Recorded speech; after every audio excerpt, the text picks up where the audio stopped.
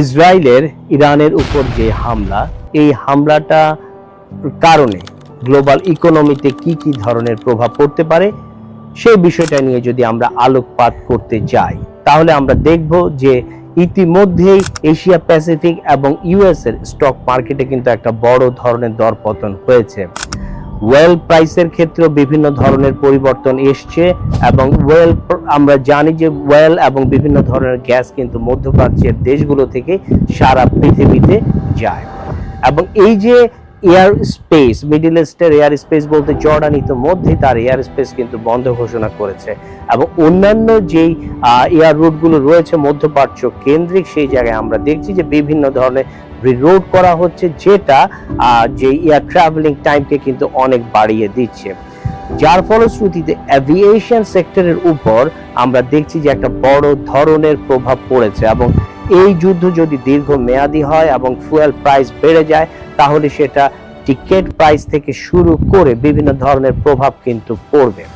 এখানে আরেকটা বিষয় রয়েছে যে ট্রান্সপোর্টেশন কস্ট যদি বেড়ে যায়, তাহলে কিন্তু পৃথিবী ব্যাপী বিভিন্ন ধরনের পণ্যের মূল্য বৃদ্ধির একটা বড় আশঙ্কা রয়েছে।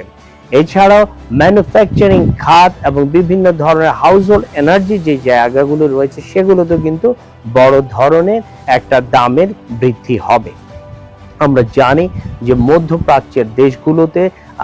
একটা বড় লেবার মার্কেট রয়েছে তৃতীয় বিশ্বের অনেক দেশেরই। সেই লেবার মার্কেটে কিন্তু যুদ্ধটা যদি দীর্ঘমেয়াদী হয়, তাহলে ডিমান্ড কমে যেতে পারে, যেটার প্রভাব অন্যান্য অনেক দরিদ্র দেশের উপরই পড়বে। এছাড়াও এখানে যেটা যে ন্যাশনাল সিকিউরিটির যে ইস্যুসগুলো, সে মধ্যপ্রাচ্যের দেশগুলো বিশেষ করে একটা বড় ধরনের কিন্তু ন্যাশনাল সিকিউরিটি ইস্যুস তাদের এই কারণে ফেস করতে হবে। ইসরায়েলের ইরানের উপর যে হামলা, এই হামলাটা কারণে গ্লোবাল ইকোনমিতে কি কি ধরনের প্রভাব পড়তে পারে সেই বিষয়টা নিয়ে যদি আমরা আলোকপাত করতে যাই, তাহলে আমরা দেখব যে ইতিমধ্যেই এশিয়া প্যাসিফিক এবং ইউএস এর স্টক মার্কেটে কিন্তু একটা বড় ধরনের দরপতন হয়েছে। ওয়েল প্রাইসের ক্ষেত্রেও বিভিন্ন ধরনের পরিবর্তন এসছে এবং আমরা জানি যে ওয়েল এবং বিভিন্ন ধরনের গ্যাস কিন্তু মধ্যপ্রাচ্যের দেশগুলো থেকে সারা পৃথিবীতে যায়। এবং এই যে এয়ার স্পেস, মিডল ইস্টের এয়ার স্পেস বলতে জর্ডান ইতিমধ্যেই তার এয়ার স্পেস কিন্তু বন্ধ ঘোষণা করেছে এবং অন্যান্য যেই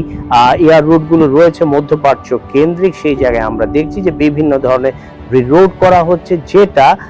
যে এয়ার ট্রাভেলিং টাইমকে কিন্তু অনেক বাড়িয়ে দিচ্ছে, যার ফলশ্রুতিতে অ্যাভিয়েশন সেক্টরের উপর আমরা দেখছি যে একটা বড় ধরনের